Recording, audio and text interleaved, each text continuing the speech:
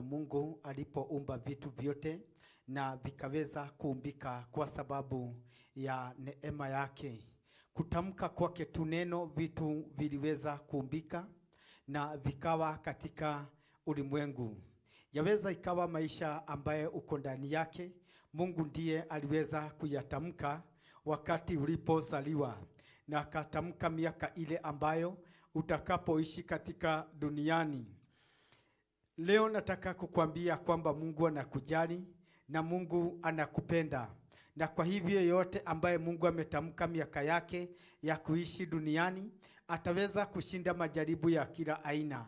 Na yule ambaye miaka yake imetamkwa na shetani, basi shetani ataishi kumteza miaka yake yote. Na walipo katika ndani ya Kristo Yesu, neno linasema ya kwamba wako na uweza wa kumshinda pamoja na kuishinda mishale ya yule muofu shetani. Leo nataka ninene habari ya majaribu inapokutana na mwenye haki. Yesu Kristo alikutana na majaribu kama haya, na diposa tunaone ya kwamba kwa sababu ya kumwamini Mungu babaye aliweza kushinda majaribu yale yote ambayo ilipompata katika ulimwengu. Wakati walio kuna watu ambaye tunapata kuona ya kwamba wanaishi katika majaribu, na majaribu inakaa katika miaka yao yote kwa sababu ya kutompokea Yesu Kristo awe mwokozi wa maisha yao, kutompokea Yesu Kristo awashindanie majaribu yao, kutompokea Yesu Kristo awe nuru ndani yao ya kushinda majaribu inapoletwa na nguvu za giza zake shetani. Kwa hivyo ninataka nikwambia kwamba tuko katika hali ya kutamasisha huu mwaka, na tumemaliza tu siku chache huu mwaka uanze kuisha. Na unaponenda kuisha, basi nataka nikupe hili neno, usije ukaluka majaribu ya huu mwaka, uruke nayo katika mwaka unayekuja. Nataka umtumainie Mungu, umpe roho yako na moyo wako apate kutamalaki, na baada ya hapo neno letu la siku ya leo litaweza kukushindania kama vile Yesu Kristo yeye mwenyewe aliweza kushinda shetani kwa sababu ya kumwamini Mungu. Neno lake Baba linasema ya kwamba katika Ufunuo Yohana 20 pale 5 ya kwamba ikawa watu wale waliweza kumshinda shetani kwa sababu gani? Ya kuiamini damu ya Yesu Kristo, wakaweza kuamini neno lake na wakaweza kuwa na ushuhuda katika maisha yao. Basi wakaweza kumshinda shetani wakati alipoanza kuwajaribu na kuwaweka chapa zake katika nyuso zao, waliweza kumshinda. Kwa hivyo wakati wa leo nataka nikwambie kuna ushindi unapoonekana kwa wale wamuaminio Yesu Kristo. Nataka leo nisome neno, na hili neno naenda kulitoa ni neno ambalo liko katika kitabu cha Mathayo 4, na pale mlango wake wa 4 kuna neno ambalo tutaweza kulisikia vile ambavyo linaposema. Na tunapoangalia Mathayo, alikuwa mtume, mwanafunzi wake Yesu Kristo. Ni mtu aliyefundishwa na akakubali kupokea elimu iliyokuwa na imani ya Yesu Kristo, iliyokuwa na miujiza, iliyokuwa na uponyaji. Aliweza kupokea hii imani katika Yesu Kristo. Na wewe siku ya leo unapolipokea hili neno, kuna imani mpya ambayo itaingia ndani yako. Kuna uwezekano ya kwamba kuna majaribu imeishi katika maisha yako, lakini leo utaweza kuishinda. Kwa hivyo leo wacha tulisome hili neno. Nimesema ni Mathayo mtakatifu mlango wake wa 4, na tutasoma neno. Linasema hivi: kisha Yesu alipandishwa na Roho nyikani ili ajaribiwe na Ibilisi. Akafunga siku 40 mchana na usiku. Mwisho akaona njaa. Mjaribu akamjia, akamwambia, ukiwa ndiwe mwana wa Mungu, amuru kwamba mawe haya yawe mikate. Naye akamjibu akasema, imeandikwa, mtu hataishi kwa mkate tu, ila kwa kila neno litokalo katika kinywa cha Mungu. Kisha Ibilisi akamchukua mpaka mji mtakatifu akamweka juu ya kinara cha hekalu, akamwambia, ukiwa ndiwe mwana wa Mungu, jitupe chini, kwa maana imeandikwa, atakuagizia malaika zake, na mikononi mwao watakuchukua, usije ukajikoa mguu wako katika jiwe. Yesu akamwambia tena, imeandikwa, usimjaribu Bwana Mungu wako. Kisha Ibilisi akamchukua mpaka mlima mrefu mno, akamwonyesha miliki zote za ulimwengu na fahari yake. Akamwambia, haya yote nitakupa ukianguka kunisujudia. Ndipo Yesu akamwambia, nenda zako Shetani, kwa maana imeandikwa, msujudie Bwana Mungu wako, umwabudu yeye peke yake. Kisha Ibilisi akamwacha, na tazama, wakaja malaika wakamtumikia Yesu Kristo. Baba, katika jina lako litakatifu tunaliombea hili neno, utuongoze katika safari ya hilo neno, ili tunaponenda kulinena kwa waumini wako, kwa wale ambao hata hawajaokoka wapate kuokoka, na wapate fadhili na wokovu mpya katika maisha yao. Katika jina la Yesu Kristo, tupe hekima, maarifa na ufahamu unapotoka kwako, na ili neno hili lako liweze kupenya kwa yule anayetutazama, anayetusikiliza, aidha ako katika Facebook ama ako katika YouTube. Mungu wa mbinguni, utaweza kumbariki, kwa maana hekima inatoka kwako, maarifa inatoka kwako, ufahamu unatoka kwako. Neno lako lipe nguvu na uweza, ili liweze kupenya kwa kila roho yote iliyo ngumu, iliyo nzito, iliyo ngumu kama mawe. Naomba neno hili liyeyushe ile roho na lipate kupenya katika ndani ya yule mwanadamu, ili usiku wa leo maisha yake yakabadilike, isije ikawa kama vile ilivyokuwa hapo tena. Mungu wabariki, wape neema yako, kwa sababu wewe ni Mungu mwenye fadhili na neema. Asante. Tunapoingia kwa hili neno, Mungu wa mbinguni, tuangazie na neema yako itutoshe. In Jesus name, amen. Basi ni wakati mwingine tunaweza kulitazama lile neno, na tunaone ya kwamba hizi ni nyakati zile ambazo Yesu Kristo aliweza kubatizwa na Yohana. Alimkuta katika mto Yordani, na alipomkuta katika mto Yordani, Yesu Kristo akamwambia Yohana, nataka unibatize kama vile imeandikwa. Yesu Kristo akaingia katika mto wa Yordani. Na kumbuka, wakati ule ni wakati ambapo ujumbe uliyekuwa ndani ya Yohana alipokuwa anahubiri kule nyikani, akisema ya kwamba tubuni, tubuni, ufalme wa Mungu umekaribia. Na wale watu walipokubali wakatubu, basi akaweza kuwabatiza kwa ile injili iliyokuwa ndani yake ya toba. Pale ndipo tunaona ya kwamba Yesu Kristo aliweza kumkuta katika mto wa Yordani, na alipomkuta pale akampatiza, na Roho wa Mungu ukashuka juu ya Yesu Kristo, ukasema ya kwamba huyu ndiye mwanangu nimpendaye, mumpende hata nyinyi. Baada ya hapo tunapata kuona ya kwamba Roho wa Mungu alimchukua Yesu Kristo akampeleka jangwani. Yesu Kristo hakuenda jangwani kupitia roho uliyekuwa wa mfalme Herode. Haukumpeleka jangwani. Yesu Kristo hakupelekwa jangwani na roho wa wana wa Israeli. Hakupelekwa jangwani na roho wa dhambi. Hakupelekwa jangwani na roho uliyokuwa unatawala wakati huo duniani. Roho Mtakatifu ndiye alimpeleka jangwani, na pia akamfunga kula na kunywa.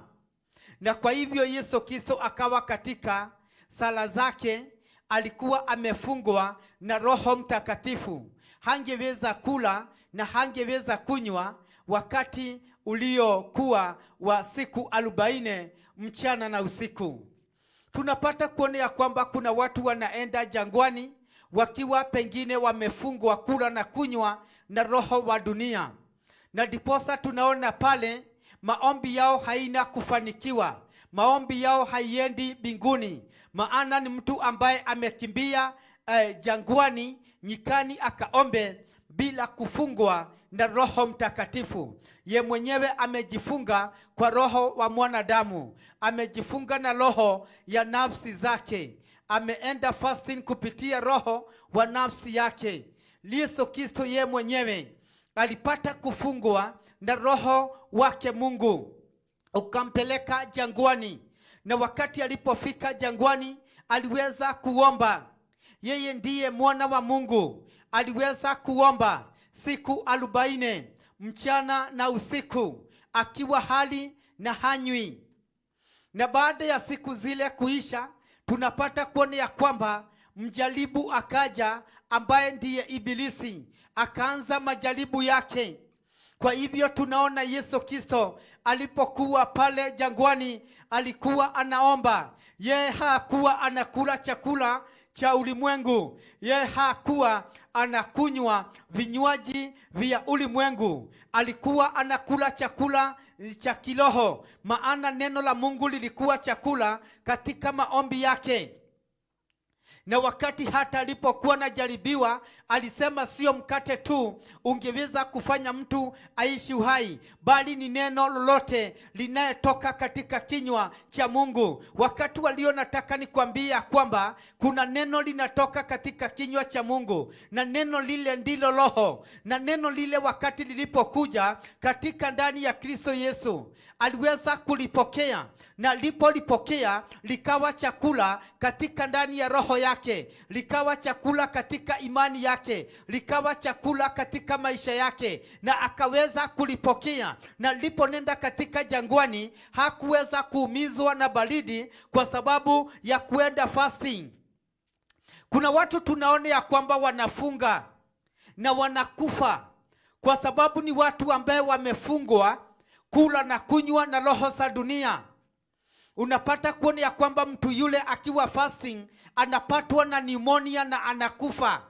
Mwingine ako katika ndani ya fasting kwa sababu amefungwa na roho wa mwanadamu, roho wa nyama na damu. Unapata kuona ya kwamba anasabaratika, anaisha, imani yake inakufa, kwa sababu katika kuenda jangwani kwake kuomba hakufungwa na roho wa Mungu. Lakini Yesu Kristo, roho wa Mungu alishuka juu yake baada ya kutoka katika upatizo ulipokuwa wa maji mengi. Alipopatizwa, roho wa Mungu ukashuka juu yake. Na uliposhuka basi, aliponenda kuomba, aliweza kushinda majaribu ya shetani. Leo kuna watu wengi sana ambaye wako katika wokovu, lakini majaribu ya shetani inawashinda kwa sababu ni wokovu hauna roho wa Mungu. Watu wengi wanachukua imani kuenda kufanya fasting, anaenda kujifunga aombe, lakini katika ile imani haina roho wa Mungu. Basi mtu yule tutapata kuona ya kwamba imani yake itakuja kushindwa. Imani ya Yesu haikushindwa. Na basi wakati alipokuwa katika kule jangwani mchana na usiku, aliweza kuomba kwa sababu roho ile ilimpa nguvu za kuomba. Roho ule uliposhuka ndani yake ulimpa imani ya kuomba, ulimpa neno la kuomba. Roho ule ulimpa maarifa ya kuomba.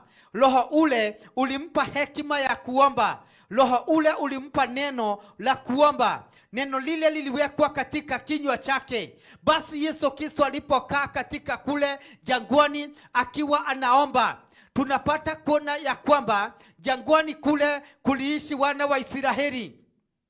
na wakawa walikuwa kule, wengine walikufia kule jangwani. Lakini Yesu Kristo hakufa katika jangwani. Yeye aliweza kushinda maneno yote ya jangwani, nguvu zote za jangwani akaweza kusishinda. Kwa sababu kuna watu ambapo tunaweza kuona ya kwamba wanapofika ndani ya jangwani, wokovu unapofika jangwani unaisha. Kuna watu familia zao wakati zinapofika jangwani zinasambaratika na kuisha. Kuna watu ambaye tunaona ya kwamba imani yao inapofika jangwani inakufa. Kuna watu tunaona ya kwamba maombi yao inapofika ndani ya jangwani, maombi yao inapigwa na inaisha. Kuna watu tunaona ya kwamba biashara zao zinapofika jangwani hazina uweza wa kushinda miliki za jangwani, mamlaka ya jangwa. Hawana uweza wa kushinda katika mamlaka inayokaa katika jangwani. Kuna watu hawana uweza wa kushinda mauti inapokaa katika jangwani. Tunaona ya kwamba Waisraeli wengi walipofika jangwani, wengi wao wakafa kwa sababu hawakushinda wale joka walipokuwa wanawaka moto kule. Waliweza kuwauma na wengine wakafia katika jangwani. Na wakati wa siku ya leo tunaona ya kwamba Yesu Kristo mwenyewe wakati alipofika katika jangwani aliweza kushinda mamlaka ya jangwa. Aliweza kushinda ufalme unaokaa katika jangwa. Aliweza kushinda njaa zinaokaa katika jangwa. Aliweza kushinda umaskini unaokaa katika jangwa. Aliweza kushinda nguvu za shetani zinapokaa katika jangwa. Na kwa hivyo jangwa haikuweza kumshinda. Kwa nini Yesu Kristo akapelekwa jangwani na Roho Mtakatifu? Hakuambiwa ya kwamba aende katika Yerusalemu akaombe katika kule Yerusalemu. Manake Yerusalemu kulikuwa na mahala ambapo watu walipokuwa wanakimbilia kuomba katika milimani ilipokuwa katika Yerusalemu. Kwa nini Yesu Kristo hakuenda katika mlima wa Sayuni akamuombe Mungu mahala pale? Yeye hakuenda katika mlimani wa Sayuni, hakuenda katika milima ya Yerusalemu, bali wakati Roho wa Mungu uliposhuka ndani yake, mara moja ukamchukua katika Roho ukampeleka katika jangwani, akawa anaomba pale akiwa amejawa na Roho Mtakatifu. Wakati wa siku ya leo ninakwambia kwamba ni vizuri sana kuingia katika mwili wa Yesu ili Yesu Kristo akujase roho ya kuomba. Na watu wengi wale ambaye wokovu ulifika jangwani ukaisha, wengine imani yao ikafika jangwani ikaisha, wengine tunapata kuona ya kwamba walienda safari lakini biashara zao zilipofika jangwani zikafa. Wengine ndoa zao zikafika jangwani zikakufa. Wengine watoto wao wakafika jangwani wakaisha. Wengine elimu yao ikafika jangwani ikaisha. Leo nataka nikwambia kwamba leo tunamuona Yesu Kristo mwana wa Mungu, wakati yeye mwenyewe alipochukuliwa na Roho wa Mungu akampeleka hadi jangwani. Alipofika kule jangwani aliweza kushinda. Na kwa hivyo tunaona hata wakati Ibilisi alipomkuta kule jangwani aje amjaribu, maana alijua ya kwamba ako na njaa, ako na 40 days akiwa hajakula chochote, akiwa hajakunywa. Kwa hivyo akaja akamwambia kwamba abadilishe yale mawe yawe mikate aweze kula. Yesu Kristo akamwambia sio mkate tu ungeweza kufanya mtu aishi hai, bali ni neno lolote linalotoka katika kinywa cha Mungu. Maana chakula cha Yesu Kristo ilikuwa ni neno lililokuwa linatoka katika kinywa cha Mungu. Wakati walio dada mpendwa, ndugu mpendwa, nataka nikwambia kwamba umekuwa mtu wa kushindwa na shetani. Amekujaribu na amekushinda na majaribu yake, kwa sababu kuna kitu ambacho kimekosa katika nafsi yako. Neno linalotoka katika kinywa cha Mungu. Umekosa neno limetoka kwa kinywa cha Mungu katika nafsi yako. Umekosa neno linalotoka katika kinywa cha Mungu katika maombi yako. Wewe unaomba tu maombi ya kufikiria. Yesu Kristo aliomba na neno linalotoka ndani ya kinywa cha Mungu. Wewe umekuwa mtu wa kuamini maneno ya kusikia katika duniani, lakini Yesu Kristo hakusikia maneno kutoka katika duniani. Hakupokea imani katika duniani. Hakupokea mashauri kutoka katika watu wa ulimwengu, bali alilipokea neno lililotoka katika ndani ya kinywa cha Mungu. Basi yeye akawa mshindi wa kushinda majaribu iliyokuwa inaletwa na shetani. Na wakati shetani alipojua kwamba yeye ako na njaa, akaja akamjaribu katika siku ya 40. Tazama uone ya kwamba siku ya kwanza shetani hakuja, siku ya 10 shetani hakuja, siku ya 20 shetani hakuja, siku ya 30 shetani hakuja. Lakini alipojua kwamba amefika siku ya 40, pale ndipo tunaona ya kwamba alikuja na akaleta majaribu katika ndani ya mwana wa Mungu, kumpimanisha na kumwambia kwamba abadilishe mawe iwe mikate ili aweze kula, sababu yeye ako na njaa. Lakini Yesu Kristo mwana wa Mungu akamwambia, imeandikwa, sio mkate tu ungeweza kufanya mtu aishi hai, bali ni neno linalotoka kwa kinywa cha Mungu. Kuna watu ambao wamekuwa katika kanisani kwa sababu ya mkate. Kuna watu wamekuwa katika duniani kwa sababu ya mkate. Na hapa ndipo Yesu alisema ya kwamba hakuna miujiza ingine itakapofanyika ila tu ile mlipoiona wakati wa Yona. Maana kuna watu walimfuata kwa sababu ya mikate, wale mikate na wakunywe divai. Kuna watu walimfuata Yesu Kristo kwa sababu katika injili zake anafanya miujiza, watu wanakula mikate na wanakunywa. Basi Yesu Kristo akasema ya kwamba sasa wakati umefika wa kutafuta ufalme wa Mungu, na hakufanya miujiza mingine ya mikate. Basi tunaona ya kwamba wale watu walipokuwa na mfuata kwa sababu ya mkate, watu wale wote wakarudi nyuma. Leo kuna watu wako katika duniani ili tu wapewe mkate na Mungu. Kuna watu wako katika duniani wa maisha yao wakitegemea mkate. Kuna watu wanategemea biashara zao mkate tu. Kuna watu ambao wanategemea familia zao mkate tu. Kuna watu ambao wanategemea wokovu wao mkate. Kuna watu ambao wanategemea imani yao mkate tu. Yesu Kristo akamwambia shetani, imeandikwa, mtu hawezi akaishi kwa sababu ya mkate, bali ni neno lolote linalotoka katika kinywa cha Baba. Leo ninataka nikwambia kwamba kuna neno ambalo umelikosa. Toka katika imani ya mkate ukuje katika ndani ya neno linalotoka katika kinywa cha Mungu Baba. Na unapokuja katika hiyo imani, basi ninajua kwamba neno lile litafanya ndani yako uwe na nguvu nyingi. Utapata kuwa na macho inayotokana kwa neno la Mungu. Utapata baraka zinayotokana na neno lake Mungu. Utapokea uhai unayotokana na neno la Mungu. Utapokea nguvu zinayotokana na neno la Mungu. Utapokea mwili unayotokana na neno lake Mungu. Basi Yesu Kristo akajua ya kwamba yeye ataishi kwa sababu ya neno lile linalotoka kwa kinywa chake Mungu. Na wakati watu walipokuja wakamsulubisha msalabani, yeye alijua tu neno linalotoka katika kinywa cha Mungu litakuja kumfufua, limtoe katika kwenye wafu, afufuke na awe hai, kwa sababu alikuwa analiamini lile neno. Leo wakati walio watu wanayesulubishwa katika msalaba wa njaa, watu wale njaa inawamaliza.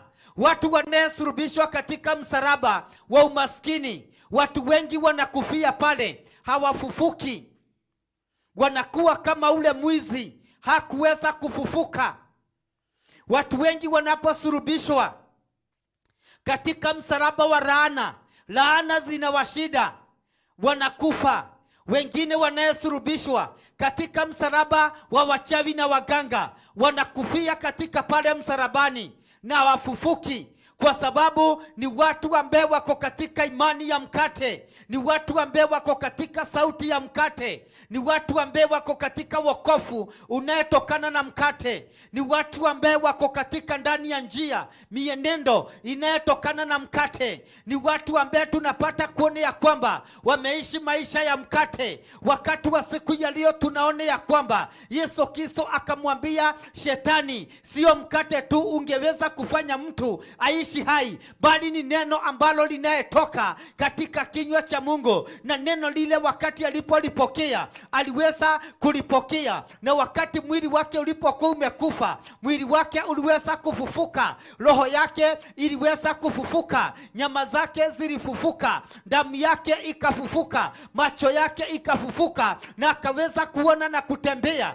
Kwa hivyo wakati wa siku ya leo nataka nikwambie kwamba leo kuna neno litatoka katika ndani ya kinywa cha Mungu, na lile neno unaponenda kulipokea, basi nataka nikwambie kwamba imani yako itakuwa na nguvu, imani yako itakuwa na roho wa Mungu. Nataka nikwambie kwamba familia yako itajengeka. Nataka nikwambie kwamba ule mkate wa kuzimu umekuwa ukipigana na maisha yako utaanza kuondoka leo. Nataka nikwambie mkate wote wa ibilisi umekuwa ukipigana na wewe. Mkate wa ibilisi ni imani ya magonjwa, ni maufalme zile ambazo zinapigana na wewe. Ule mkate kubali leo uondoke katika maisha yako. Yesu Kristo akasema sio mkate tu ungeweza kufanya mtu aishi hai, bali ni neno linayetoka katika kinywa chake Mungu. Kwa hivyo wakati wa siku ya leo na wewe umefungwa na mkate wa ulimwengu, umefungwa na mkate wa kuzimu, umefungwa na mkate wa watu waliyekufa. Unaota na wao kila wakati. Unaona baba yako alikufa, unaota na yeye. Unaona mama yako alikufa, unaota na yeye. Sababu shetani ako na uweza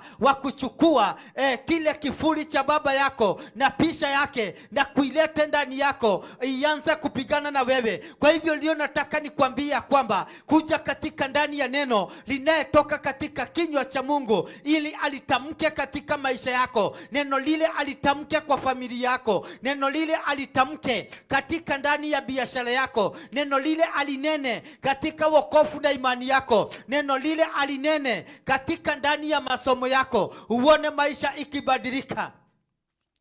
Pale tunaona ya kwamba jaribu likaendelea kupigana na Yesu Kristo. Akaambiwa ya kwamba imeandikwa. Alimchukua na kumpeleka katika kule kinala kule katika juu ya mlima. Na alipompeleka kule juu ya mlima, akamwambia ajifikirishe. Maana neno linasema ya kwamba ataagiza malaika waje wamshikilie asije akajikoa. Yesu Kristo akamwambia Shetani, imeandikwa usimjaribu Mungu wako. Kwa hivyo Shetani akaona ya kwamba vile ambavyo alipokuwa anataka Shetani ajifikirishe, imeandikwa malaika watamshikilia, basi akaweza kushinda lile jaribu. Leo nataka nikwambie kwamba kuna watu wengi ambao wamepelekwa katika juu ya mlima na kufikirishwa na Shetani. Shetani aliweza kulisoma lile neno, akamsomea Yesu Kristo. Maana Shetani anajua maandiko. Hakukuja kwake Yesu Kristo kupitia maneno yake. Alikuja kwa kusoma Biblia. Alisoma Biblia akamsomea Yesu Kristo. Maana Shetani hana Biblia. Alisoma tu lile Biblia.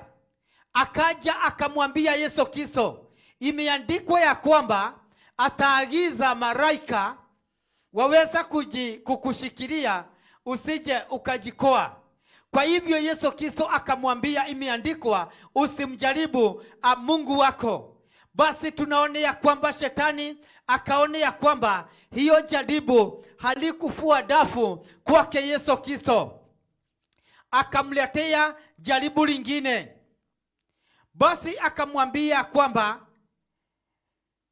Yesu akamwambia tena, imeandikwa usimjaribu Bwana Mungu wako. Kisha Ibilisi akamchukua mpaka mlima mrefu mno, akamwonyesha miliki zote za ulimwengu na fahari yake. Akamwambia, haya yote nitakupa ukianguka kunisujudia.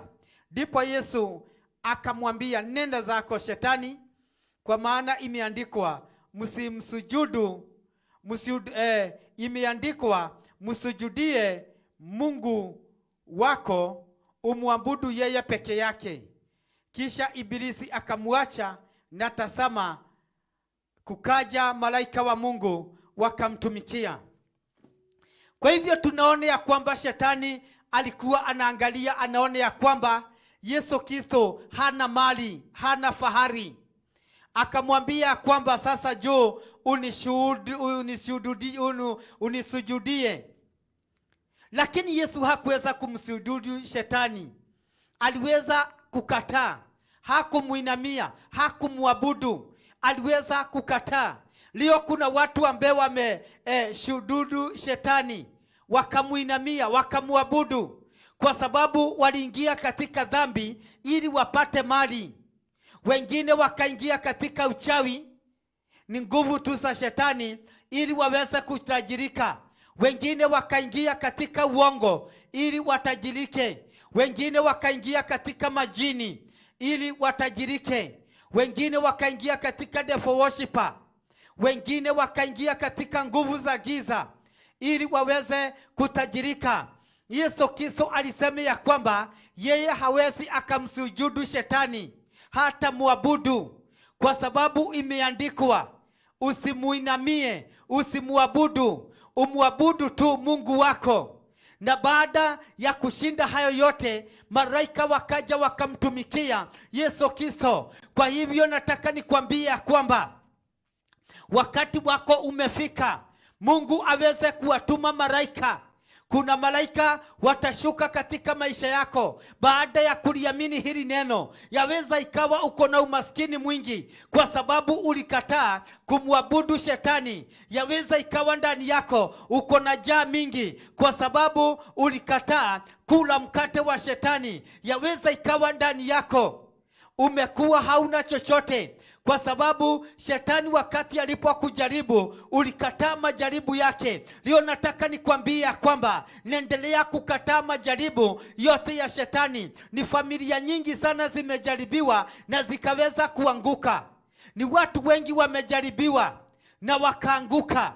Wengine wamejaribiwa na majaribu ya kila aina. Wengine wamejaribiwa na unafiki. Wengine wamejaribiwa na farakano. Wengine wamejaribiwa na fitina. Wengine wamejaribiwa boma yako, fitina ikaletwa na ikaisha. Uongo ukaletwa na ukamaliza boma yako.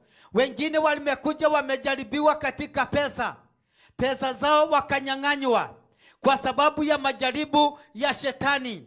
Leo nataka nikwambia kwamba majaribu hili ya leo tunapata kuona ya kwamba kama unataka kuishinda, uko katika kapu la majaribu, uko katika uteo wa majaribu. Yesu Kristo aliambia wanafunzi wake ya kwamba nimeona ya kwamba Shetani amepita mbele zenu kama umeme, lakini nimewaombea muweze kushinda. Kuna neno lilitoka katika kinywa cha Mungu likaja katika mbele yake Yesu Kristo, likamuombea, na Yesu Kristo akashinda majaribu yote ya Shetani. Maana Yesu Kristo alijua Shetani hakuwa na chochote katika ulimwengu. Yeye ni mwizi, ni kuiba, anaiba. Na alikuwa ameiba utajiri kwa watu wengi. Kwa hivyo alikuwa nataka Yesu Kristo amuinamie, eti diposa Yesu Kristo aweze kutoka katika hali ya kumwabudu Mungu, amwabudu Shetani.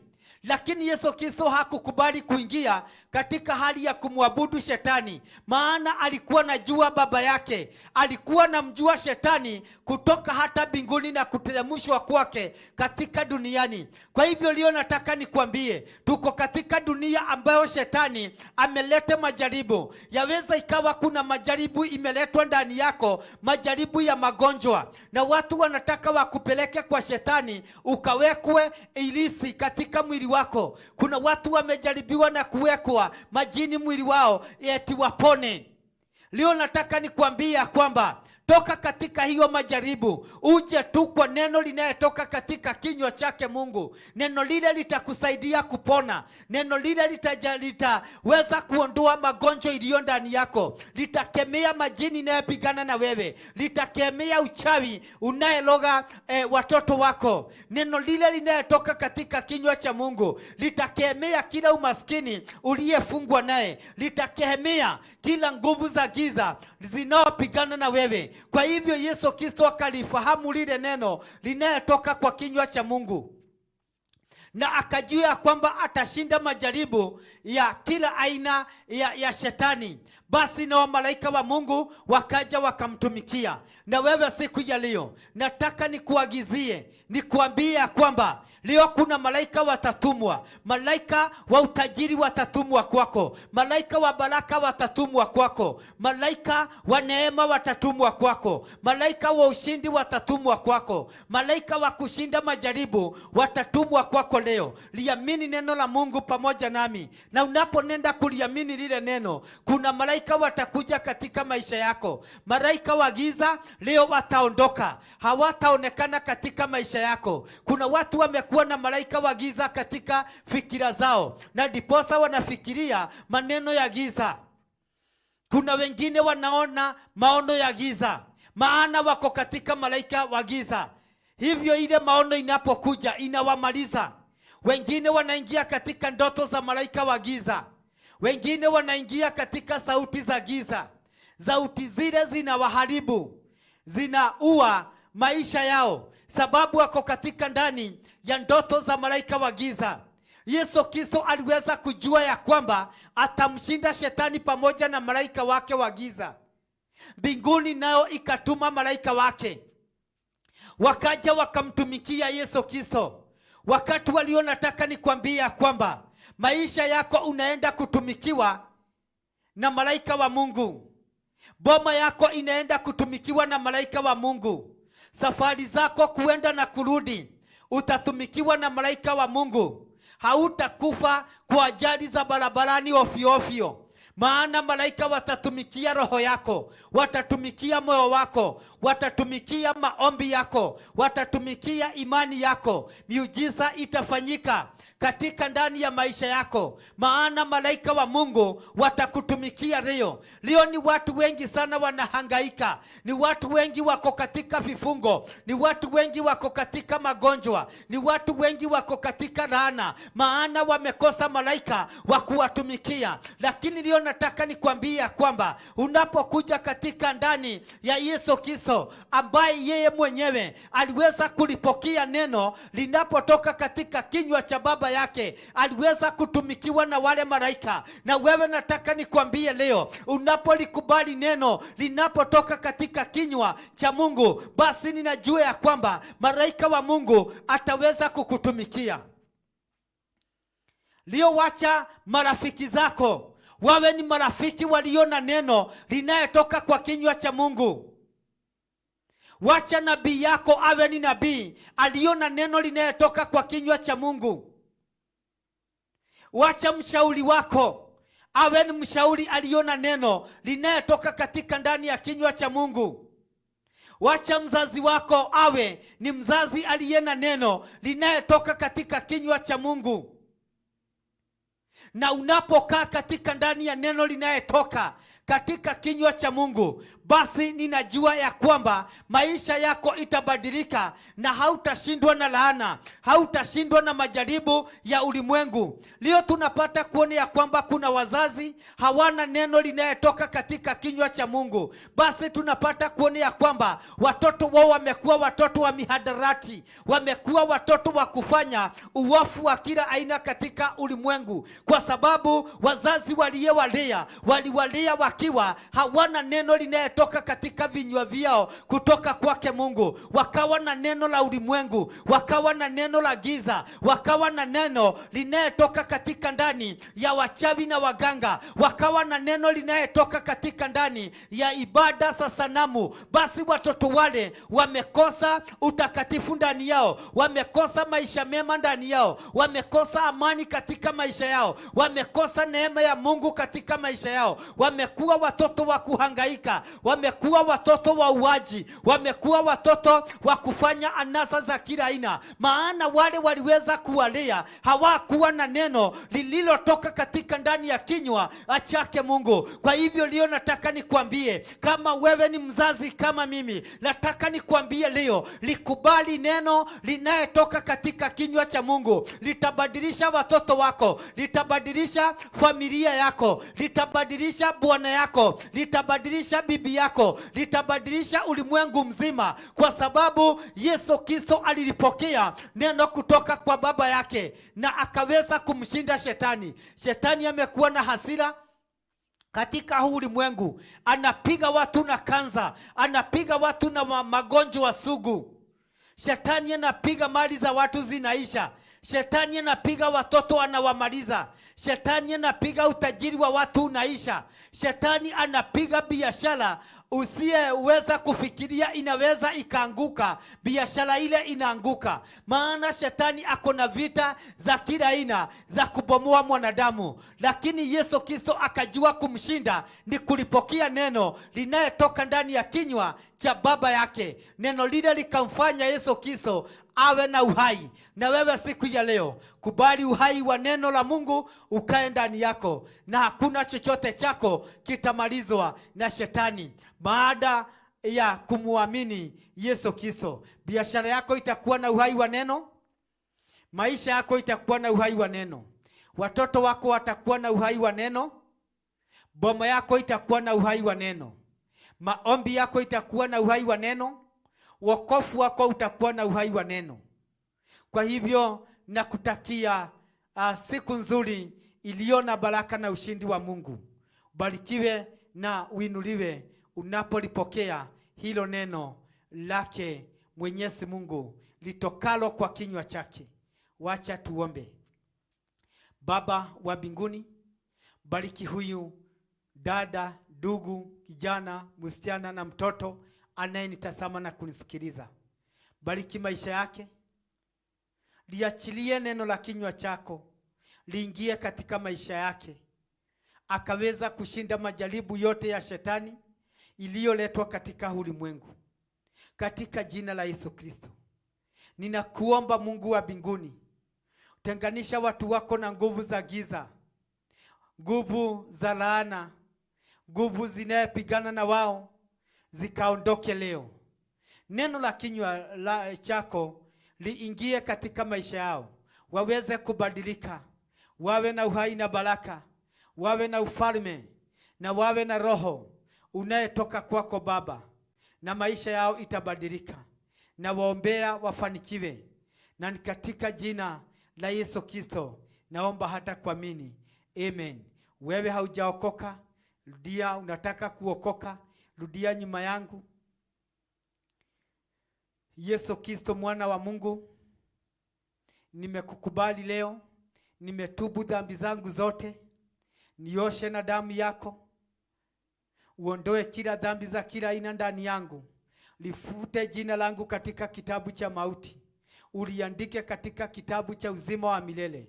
Leo nimeokoka, nimekuamini, uwe mwokozi katika maisha yangu. Nimeokoka na nimeamini, pelekana pamoja nami. In Jesus name, amen, amen. Barikiwe, uokoke na uishi kwa damu ya Yesu, uishi kwa jina lake, uishi kwa roho wake, na uishi katika mwili wake. In Jesus name, amen, amen. Barikiwe. Shalom, shalom, shalom, amen.